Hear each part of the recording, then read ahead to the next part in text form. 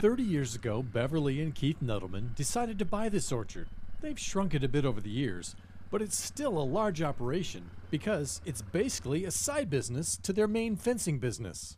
We have 9 varieties of apples, and they do ripen at different times. First one is the Gala, starting about the end of August, 1st of September, and then they ripen through September, and even into October we have some tail enders. The Red Delicious is some of those later ripening ones, and some of another later season is the Fuji. And probably 2 hands on them, yeah, because if there's 2 growing together, they're both gonna fall off. The day I came, they were on their first round of picking the Jonagold apples. So right now I think we're just color picking. So we're going through and we're finding all the ones that have a lot of color on them because a lot of them aren't ripe yet. So we're going to pick the colored ones, and then later we'll come in and get the rest of them once they're more ripe. Kind of labor intense. You have to do everything by hand. We don't have any apple picking machines, so the Lord sends us workers and we put them to work at picking everything by hand.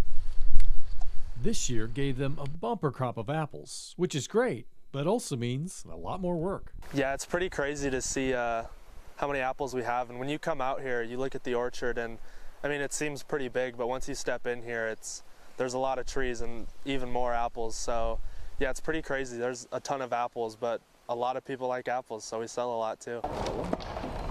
And we bring them up to the apple shed, and we run them through our apple machine and sort them and get them, and then we bag everything by hand, box them. And then if they're not good enough to sell to people to eat, we'll put them in another box, and then they either go to the cows or we make cider with them. It's great when we have a big crop like this. The Kearney Public Schools take our apples, and this year we're going to Grand Island Public with them. And the kids do like the fresh apples, and they like to buy local produce, so they're very helpful for us. Working in an orchard does have its perks, but it's probably not for everyone, as there's never a shortage of things to do.